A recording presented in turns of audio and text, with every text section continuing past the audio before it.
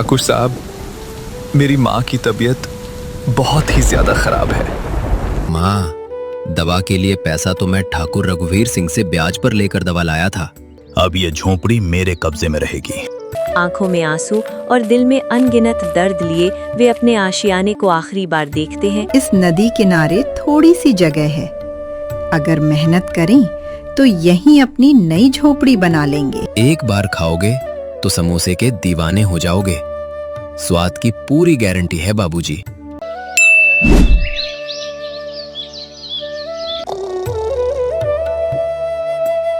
सुबह हो गई और गोपाल अभी तक सो रहा है।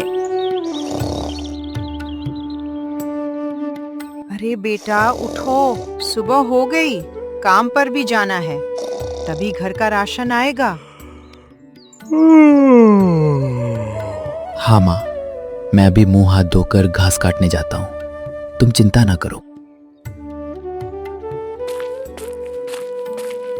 गोपाल मुंह हाथ धोता है और बिना खाना खाए घास की तलाश में निकल जाता है।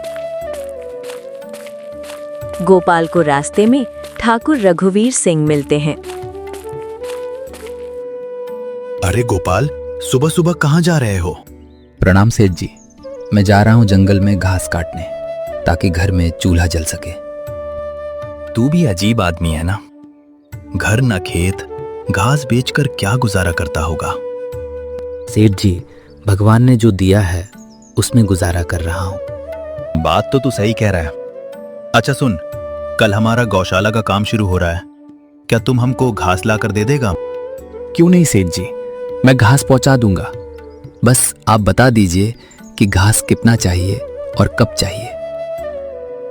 अच्छा तो तुम कल से ही मेरे गौशाला में घास पहुंचाना शुरू कर दे, दाम भी अच्छा दूंगा।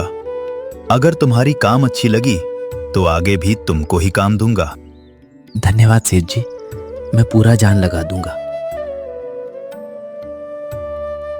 ठाकुर रघुवीर सिंह बहुत ही शातिर दिमाग का था। इसी तरह काम मिलता रहेगा तो घर की स्थिति सुधर जाएगी। बस इसी तरह कृपा बनाए रखना भगवान।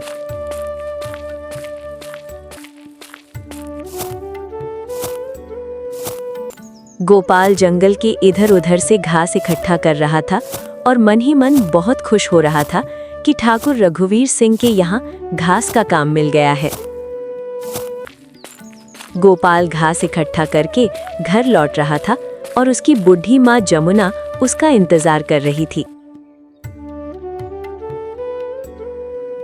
तू आ गया बेटे, बहुत देर कर दिया आने में, मेरा जी घबराने लगा था। माँ तो खामखा घबराती रहती हो। माँ, आज मैं बहुत खुश हूँ क्योंकि आज ठाकुर के यहाँ घास का काम मिल रहा है। इसी तरह काम मिलता रहेगा तो सब कुछ ठीक हो जाएगा।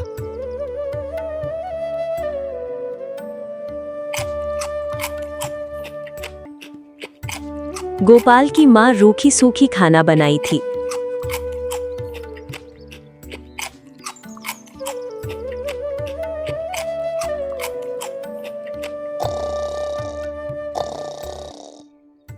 और गोपाल और माँ दोनों खाना खाकर सो जाते हैं। तभी आसमान में बादल छाने लगता है और मूसलाधार बारिश होने लगती है।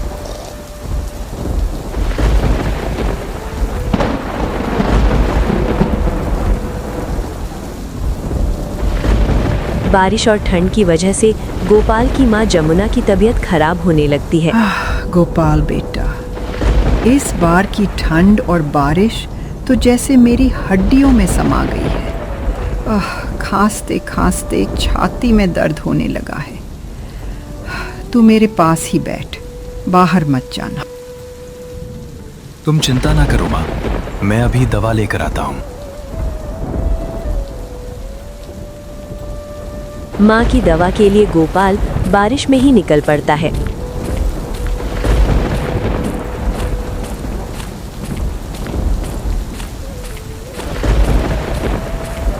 पैसा ना होने के कारण गोपाल पहले ठाकुर रघुवीर सिंह के पास जाता है पैसा मांगने के लिए।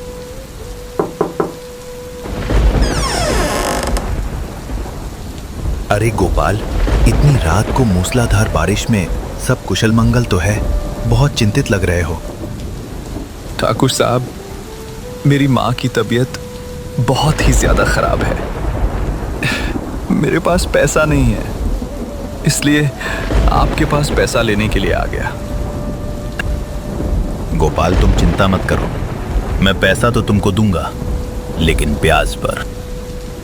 ठीक है ठाकुर साहब, मुझे पैसा जल्दी दीजिए। मुझे माँ के लिए दवा लाने जाना है। मैं आपका ये एहसान कभी नहीं भूलूंगा।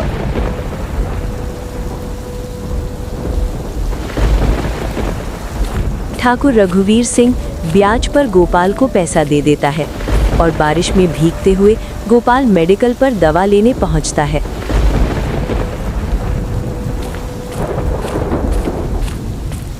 माँ का दवा लेकर गोपाल घर की ओर लौटता है।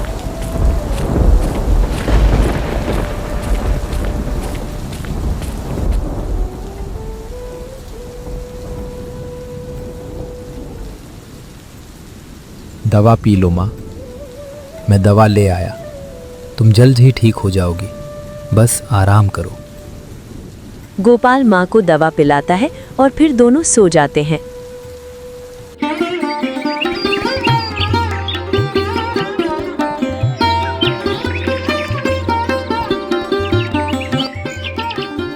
सुबह सुबह गोपाल खाना बना रहा था। गोपाल बेटे, एक बात बता, घर में तो पैसा नहीं था, तूने मेरी दवा के लिए कहाँ से पैसा लाया?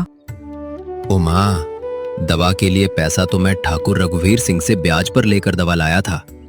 तुम घबराओ नहीं, मैं दुगना मेहनत करके ठाकुर साहब का एक एक पाई चुका दूंगा। पर बेटा, ब्याज का पैसा दलदल की तरह होता है। जो एक बार इंसान फंस जाता है उसमें तो जल्दी निकल नहीं पाता है। और बारिश के वजह से तेरा घास का काम भी बंद हो गया। मुझे तो चिंता हो रही है। तुम घबराओ ना माँ, मैं जल्द ही दूसरा काम ढूंढ लूंगा, बस तुम ठीक हो जाओ। बेटा, अगर तू मेरी सलाह मान तो तू समोसा बेचने का काम शुरू कर दे। तुम ठीक ही कह रही हो माँ, मैं अभी दुकान जाकर समोसा बनाने का सारा सामान लेकर आता हूँ।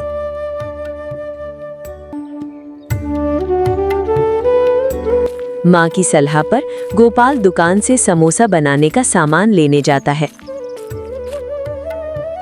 राजू भैया, समोसे बनाने में जितना सामान लगता है सब पैक कर दो। क्यों गोपाल, समोसे बनाने का कारोबार शुरू कर दिया है क्या? क्या करे राजू भैया, समय जो ना करा दे। गोपाल सामान लेकर लौट रहा था, तभी रास्ते में गांव वाले गोपाल को बहुत ही ताना मारते क्यों हैं। बे गरीब के बच्चे, अब तुम समोसे बचेगा क्या? बेच बेच, तेरा काम ही क्या है? चलें समोसे बेचने। लेकिन गोपाल चुपचाप अपना काम करता था।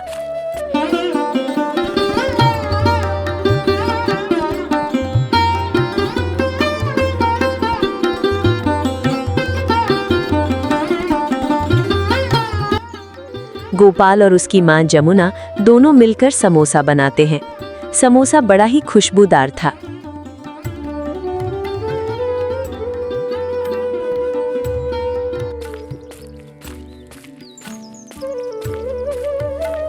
गोपाल समोसा की टोकरी लेकर बाजार की ओर निकल पड़ता है।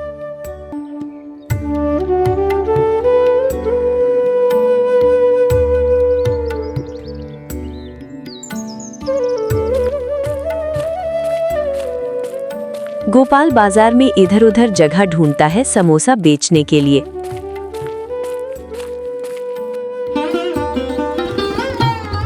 कड़ी मशक्कत के बाद गोपाल को एक जगह मिलती है पेड़ के नीचे। ठीक उसी के सामने लल्लन समोसे वाला का ठेला था। ये कौन आ गया नया नवेला? हमारे दुकान के सामने समोसा बेचने वाला। लगता है इसको हमारी शक्ति का अंदाजा नहीं है। गोपाल पेड़ के नीचे बैठकर समोसे बेचने समोसा ले लगता लो। है। समोसा, गर्मा गर्म समोसा। अरे खाओ खाओ, गर्मा गर्म समोसा खाओ। ऐसा समोसा कि मुंह में जाते ही घुल जाए और स्वाद सीधे दिल में उतर जाए। जो एक बार खाए वो बार बार आए और जो ना खाए वो पछताए। सोनू और मोनू, जाकर इस समोसे वाले को जरा सबक सिखा दो। आए बड़े समोसा बेचने इनको। मेरे दुकान के सामने ही समोसा बेचना है। लोहे की कड़ाही, शुद्ध तेल की कढ़ाई। भैया 2 समोसे देना, बहुत जोर की भूख लगी है। हाँ हाँ, क्यों नहीं, अभी देता हूं। एक बार गोपाल का समोसा खाओगे दोबारा भूल नहीं पाओगे।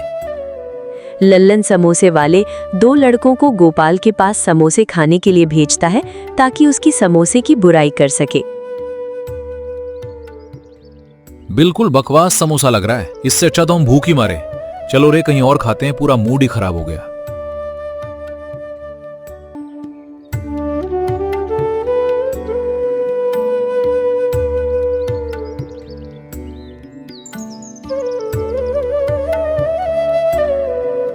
सुबह से लेकर शाम तक गोपाल पूरे बाजार में समोसे बेचता रहा, लेकिन उसकी एक भी बिक्री नहीं हुई। थका हुआ, निराश और टूटे हुए मन से वो समोसे की टोकरी उठाकर चुपचाप अपने घर की ओर लौट पड़ा।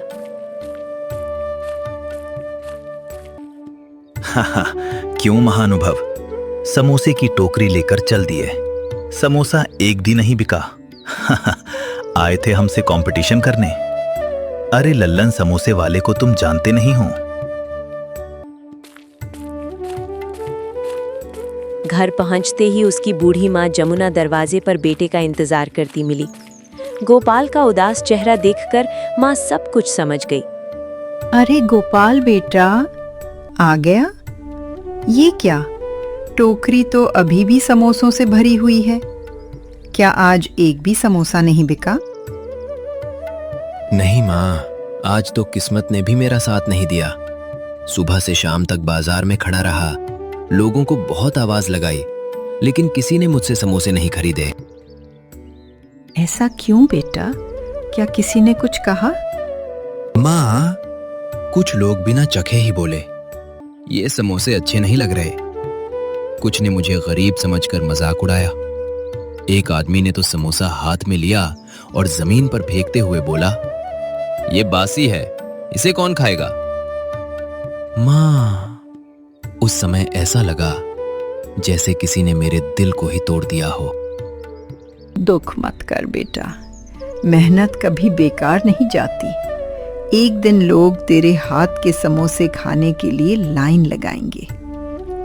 हार मानने वाले नहीं, कोशिश करने वाले ही एक दिन सफल होते हैं।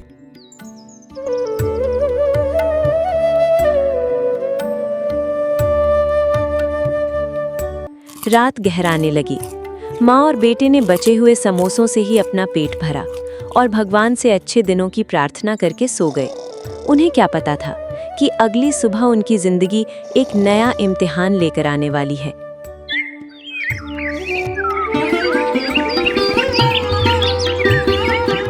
सुबह की पहली किरण के साथ ही ठाकुर रघुवीर सिंह अपने आदमियों के साथ गोपाल के दरवाजे पर आ पहुंचा। वो अपना कर्ज वसूलने आया था और गोपाल के पास उसे चुकाने के लिए एक भी अरे रुपया ओ नहीं था। गोपाल, बाहर निकल। गोपाल बाहर आ, आज फैसला होके रहेगा। इतनी सुबह सुबह कौन चिल्ला रहा है? बेटा जरा देख तो। ये तो आवाज ठाकुर रघुवीर सिंह की लग रही है। लगता है मैंने जो उधार लिया है उसे मांगने आए हैं। मैं अभी देखता हूँ। यहीं से शुरू होने वाला था गोपाल की जिंदगी का सबसे कठिन संघर्ष। गोपाल की टूटी फूटी झोपड़ी के बाहर ठाकुर रघुवीर सिंह अपने 2 आदमियों के साथ खड़ा है। गोपाल, मैंने तुझे बहुत मौके दिए। अब या तो मेरा पूरा कर्ज चुका या फिर ये झोपड़ी छोड़ दे। आज फैसला होकर रहेगा। ठाकुर साहब, मैं गरीब जरूर हूँ लेकिन बेईमान नहीं। बस कुछ दिन और दे दीजिए। दिन रात मेहनत करके आपका एक एक पैसा लौटा दूंगा। गरीबी की कहानी सुनने नहीं आया हूं। जिसने कर्ज लिया है उसे चुकाना भी पड़ेगा। अब ये झोपड़ी मेरे कब्जे में रहेगी। ठाकुर साहब, ये सिर्फ झोपड़ी नहीं, मेरे माँ का आशियाना है। इसे मत छीनिए, हम सड़क पर आ जाएंगे। सुनो, सामान बाहर निकाल दो। आज से इस घर पर मेरा हक है। ठाकुर साहब, आज आपने मेरा घर छीन लिया है, लेकिन मेरी मेहनत और हिम्मत नहीं छीन सकते। एक दिन मैं आपका पूरा कर्ज चुकाकर अपना घर और सम्मान वापस लेकर रहूंगा। गोपाल के पास पैसा नहीं था। ठाकुर रघुवीर सिंह गोपाल को घर से बाहर निकाल देता है और घर पर कब्जा कर लेता है। घर से निकलते समय गोपाल और उसकी बूढ़ी माँ जमुना अपने साथ बस कुछ जरूरी सामान ही ले सके। आंखों में आंसू और दिल में अनगिनत दर्द लिए वे अपने आशियाने को आखिरी बार देखते हैं और भारी कदमों से आगे बढ़ जाते हैं। गरीबी ने उनसे सब कुछ छीन लिया, पर उनका हौसला नहीं। आंखों में दर्द, दिल में टूटे हुए सपने और कदमों में मजबूरी लिए गोपाल अपनी बूढ़ी माँ के साथ अनजान मंजिल की ओर बढ़ गया। काफी देर तक चलते चलते दोनों एक शांत नदी के किनारे पहुंचते हैं। चारों ओर सन्नाटा था, लेकिन उस जगह ने उन्हें एक नई उम्मीद दी। बेटा गोपाल, हमारा पुराना घर तो चला गया, लेकिन देख, इस नदी किनारे थोड़ी सी जगह है। अगर मेहनत करें तो यहीं अपनी नई झोपड़ी बना लेंगे। हाँ माँ, मैं लकड़ी और पुआल इकट्ठा करता हूँ। घर ईंट पत्थर से नहीं, अपने हौसले से बनता है। मैं दिन रात मेहनत करूंगा, तुम्हें फिर कभी दुख नहीं होने दूंगा। भगवान मेहनत करने वालों का साथ जरूर देता है। आज झोपड़ी होगी, कल यही हमारा प्यारा आशियाना बन जाएगा। चलो माँ, आज से नई शुरुआत करते हैं। इस नदी किनारे हमारी उम्मीदों का नया घर बनेगा और एक दिन हमारी किस्मत भी यहीं से बदलेगी। नई उम्मीद और अटूट हौसले के साथ माँ बेटे ने उसी नदी किनारे अपनी नई झोपड़ी बनाने का फैसला कर लिया। गोपाल जंगल से लकड़ियां, बांस और पुआल इकट्ठा करने लगा।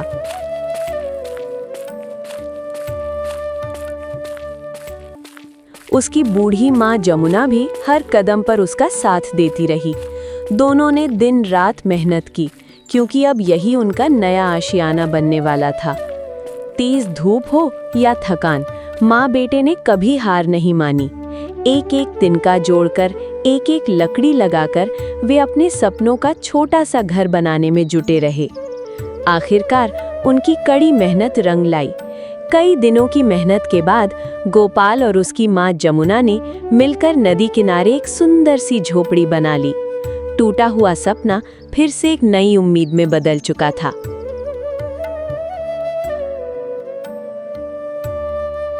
बेटा गोपाल, आज तेरी मेहनत रंग लाई।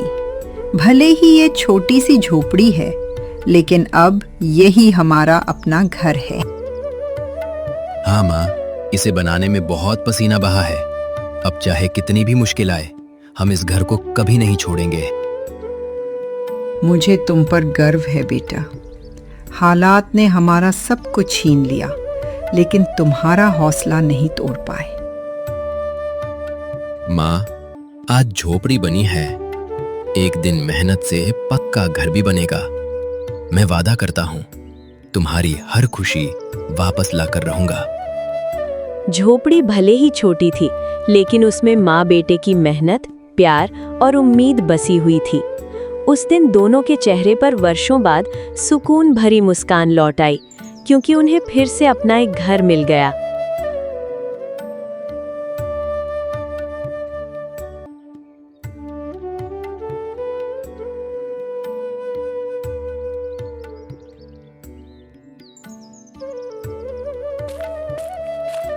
नई झोपड़ी तो बन गई, लेकिन पेट पालने की जिम्मेदारी अभी भी गोपाल के कंधों पर थी। हर सुबह वो ताज़े समोसों से भरी टोकरी उठाता और बाजार की ओर निकल पड़ता। अब उसकी राह पहले से कहीं ज्यादा कठिन थी, क्योंकि बाजार पहुंचने के लिए उसे हर रोज नदी पार करनी पड़ती थी।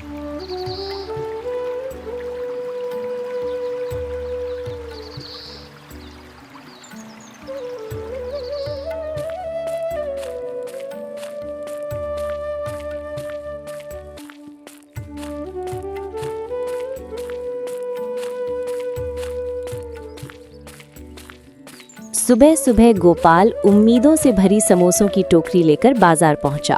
उसने एक कोने में अपनी दुकान सजाई और ग्राहकों का इंतजार करने लगा। गोपाल ने पूरी लगन से आवाज लगाकर अपने समोसे बेचने की कोशिश की।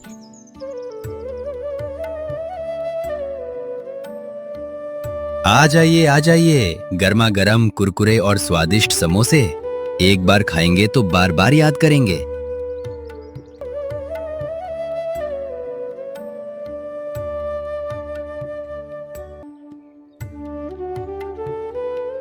बिल्कुल बेस्वाद समोसा है, ना नमक इसमें है ना ही चटपटा।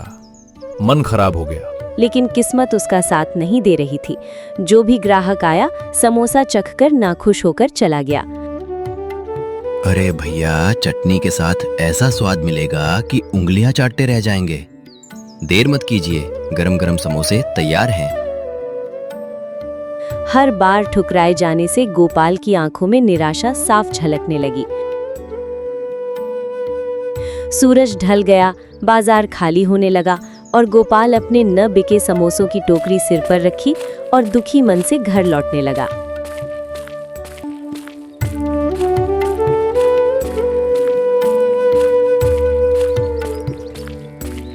दुखी मन से घर लौटते हुए गोपाल रोज की तरह नदी पार करने लगा। तभी अचानक नदी का पानी चमकने लगा और उसमें से एक दिव्य देवी प्रकट हुई।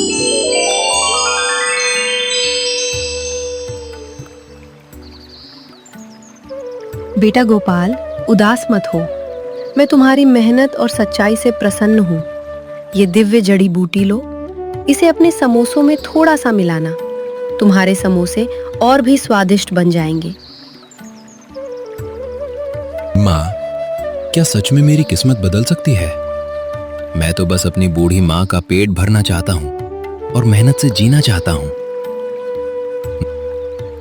जो ईमानदारी और मेहनत का रास्ता चुनता है, उसकी सहायता स्वयं भाग्य भी करता है। लेकिन याद रखना, इस जड़ी बूटी का उपयोग केवल अच्छे काम और लोगों की भलाई के लिए करना। आपका बहुत बहुत धन्यवाद माँ। मैं आपके आशीर्वाद का सम्मान करूंगा और हमेशा सच्चाई व मेहनत के रास्ते पर चलूंगा।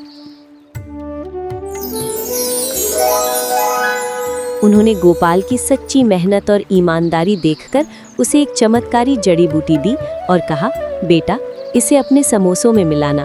तुम्हारे समोसों का स्वाद इतना लाजवाब होगा कि जो भी एक बार खाएगा वो बार बार तुम्हारे पास लौट कर आएगा। ये सुनकर गोपाल की बुझी हुई उम्मीद फिर से जग उठी।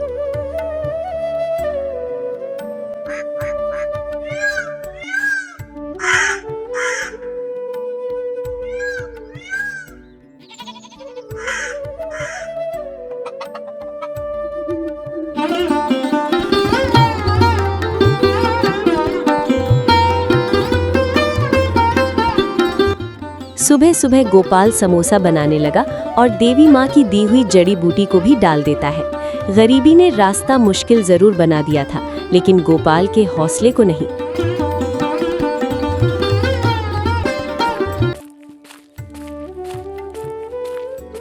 हर सुबह वो अपनी माँ का आशीर्वाद लेकर समोसों की टोकरी सिर पर रखता, नदी पार करता और इस उम्मीद के साथ बाजार पहुँचता कि आज उसकी मेहनत जरूर रंग लाएगी। अगले दिन गोपाल देवी की दी हुई जड़ी बूटी समोसों में मिलाकर बाजार पहुंचा। जैसे ही उसने समोसों की टोकरी खोली, उनकी लाजवाब खुशबू पूरे बाजार में फैल गई। गर्मा गर्म समोसे ले लो। एक बार खाओगे बार बार याद करोगे। अभी ले लो, अभी ले लो। दूर दूर से लोग उस खुशबू से खिंचे चले आए। आहा, क्या समोसे की खुशबू है। लगता है खाना पड़ेगा। भैया जरा 2 समोसा देना। तुम्हारा समोसा तो बहुत दूर से महक रहा है। खाने के लिए मेरा लार टपकने लगा। हाँ भैया, अभी देता हूँ। गोपाल का समोसा एक बार खाएंगे, बार बार खाने के लिए दौड़े चले आएंगे।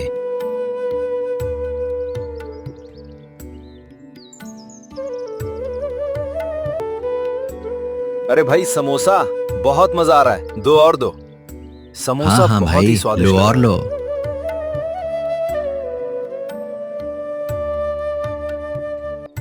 और ग्राहक बार बार लौटकर वही स्वाद लेने लगे। जिस गोपाल के समोसों को कल तक कोई पूछता भी नहीं था, आज उसी के समोसों की पूरे बाजार में धूम मच गई। लोग एक समोसा खाकर दूसरा मांगने लगे और उसकी दुकान पर भीड़ बढ़ती ही चली गई। ये सब देखकर आसपास के समोसा बेचने वाले हैरान रह गए, खासकर ललन समोसे वाला, जो गोपाल की बढ़ती लोकप्रियता देखकर मन ही मन जलने लगा और सोचने लगा कि आखिर गोपाल के समोसों में ऐसा क्या राज है। ये कैसे हो सकता है? कल तक जिसे कोई पूछता भी नहीं था, आज उसी गोपाल के यहां इतनी भीड़।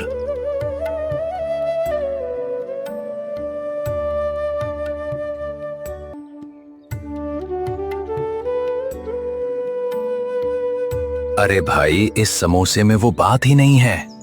जो स्वाद, खुशबू और मजा गोपाल के समोसों में है, वो यहाँ बिल्कुल नहीं मिलता। मैं तो सीधा गोपाल के यहाँ जा रहा हूँ। मेरे ग्राहक अब गोपाल के यहां समोसा खाने जाने लगे हैं। कुछ तो करना पड़ेगा। और गोपाल के समोसे खरीदने के लिए लंबी कतार लग गई। देखते ही देखते सारे समोसे बिक गए। ये सब देखकर लल्लन की बेचैनी दिन ब दिन बढ़ती जा रही थी। मेरी दुकान तो बिल्कुल सूनी पड़ने लगी है। अगर यही हाल रहा तो मेरा सारा कारोबार चौपट हो जाएगा। मुझे इसका राज पता लगाना ही होगा कि गोपाल समोसे वाले अपना समोसा कैसे बनाता है।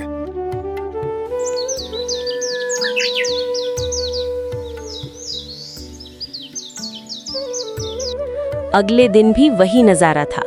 गोपाल की दुकान पर ग्राहकों की लंबी कतार लगी हुई थी, जबकि लल्लन की दुकान सूनी पड़ी थी। एक भी ग्राहक उसके समोसे खरीदने नहीं आ रहा था। अपने सवाल का जवाब पाने के लिए लल्लन ने गोपाल पर नजर रखना शुरू कर दिया।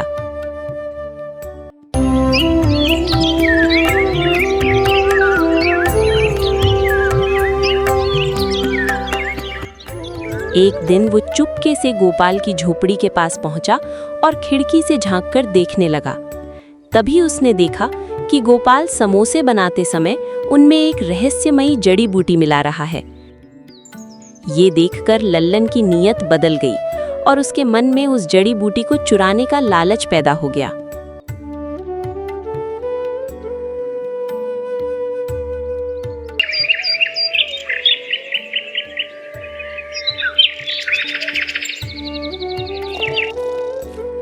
उस रात जब गोपाल और उसकी बूढ़ी माँ जमुना गहरी नींद में सो रहे थे, लल्लन चुपके से उनकी झोपड़ी में घुस गया।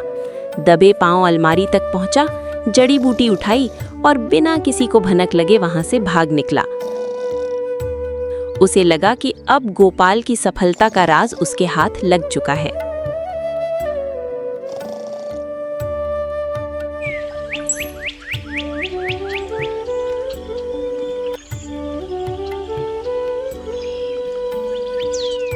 अरे, जड़ी बूटी कहाँ गई? मैंने तो इसे यहीं अलमारी में रखा था। कहीं देवी माँ ने इसे वापस तो नहीं ले लिया? अब मैं क्या करूं? नहीं, ऐसा नहीं हो सकता। जड़ी बूटी यहीं थी। अगर देवी माँ ने इसे वापस ले लिया तो मेरे समोसों का वही स्वाद कैसे रहेगा? अगली सुबह गोपाल जब समोसों में मिलाने के लिए जड़ी बूटी ढूंढने लगा तो वो अलमारी से गायब थी। वो घबरा गया।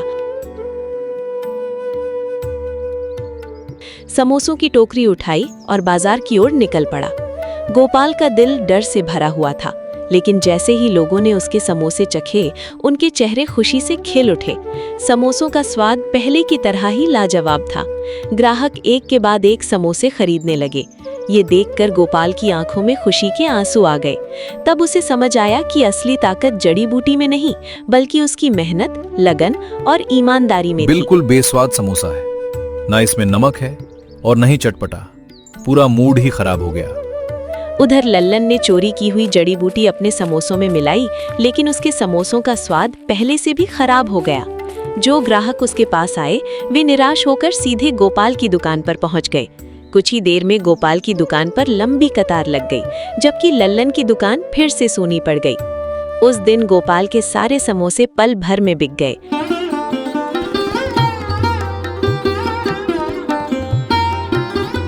खाली टोकरी लेकर घर लौटते समय उसके चेहरे पर मुस्कान थी। वो मन ही मन बोला, अब मैं ठाकुर रघुवीर सिंह का पूरा कर्ज चुका दूंगा और अपना घर वापस ले लूंगा। देवी माँ, आपका लाख लाख शुक्रिया। आपकी वजह से हमारा समोसे का दुकान चलने लगा।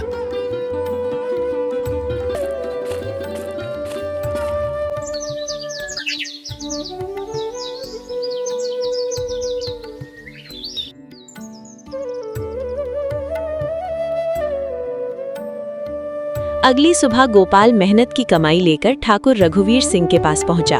उसने पूरा कर्ज चुका दिया और अपना घर वापस ले लिया। उनका बिछड़ा हुआ आशियाना फिर से उन्हें मिल गया था। समय बीतता गया। गोपाल के समोसों की प्रसिद्धि दूर दूर तक फैल गई।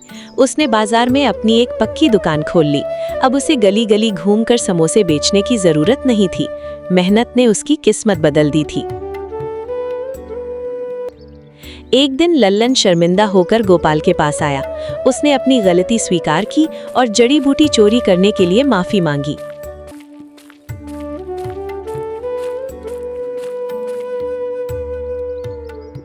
गोपाल भाई, मुझे माफ कर दो। मैंने लालच में आकर आपकी जड़ी बूटी चुरा ली थी। मुझसे बहुत बड़ी गलती हो गई। लल्लन, गलती हर इंसान से होती है। असली बहादुरी अपनी गलती मानने और उसे सुधारने में है। मैं तुम्हें दिल से माफ करता हूं। तुमने बुराई का जवाब भी अच्छाई से दिया। आज मुझे समझ आ गया कि सफलता चोरी से नहीं, बल्कि मेहनत और ईमानदारी से मिलती है। याद रखना लल्लन, मेहनत का कोई विकल्प नहीं होता। अगर सच्चे दिल से मेहनत करोगे तो एक दिन तुम्हारे समोसे भी लोगों की पहली पसंद बनेंगे। गोपाल ने बिना किसी नाराजगी के उसे माफ कर दिया और समझाया कि सच्ची सफलता मेहनत और ईमानदारी से मिलती है, चोरी और लालच से नहीं। कुछ ही समय में गोपाल ने अपनी मां जमुना के लिए एक सुंदर और मजबूत घर बनवा लिया। अब उनके जीवन में खुशियां ही खुशियां थीं। गरीबी, संघर्ष और आंसू पीछे छूट चुके थे। जिंदगी में मुश्किलें हमें रोकने नहीं, बल्कि मजबूत बनाने आती हैं। अगर मेहनत ईमानदारी से करो और कभी हार मत मानो, तो एक दिन वही दुनिया तुम्हारी कामयाबी की मिसाल देती है। जिस दिन मैंने हार मानने के बजाय मेहनत पर भरोसा किया, उसी दिन मेरी किस्मत बदलनी शुरू हो गई। याद रखना, मेहनत का फल देर से मिलता है, लेकिन सबसे मीठा होता है। कभी अपनी गरीबी को अपनी कमजोरी मत बनने दो। मेहनत, ईमानदारी और धैर्य से हर इंसान अपनी किस्मत खुद लिख सकता है। ईमानदारी से किया गया हर संघर्ष एक दिन जरूर रंग लाता है। कभी हार मत मानिए, क्योंकि सफलता उसी के कदम चूमती है जो हर मुश्किल के बाद भी आगे बढ़ता रहता है। दोस्तों, अगर वीडियो पसंद आया हो तो सबसे पहले लाइक करें, फिर कमेंट में अपनी राय जरूर बताएं। उसके बाद अपने दोस्तों के साथ शेयर करें और अंत में कान्हा हिंदी टून्स को सब्सक्राइब करके बेल दबाना बिल्कुल न भूलें। मिलते हैं अगली वीडियो में। Bye bye.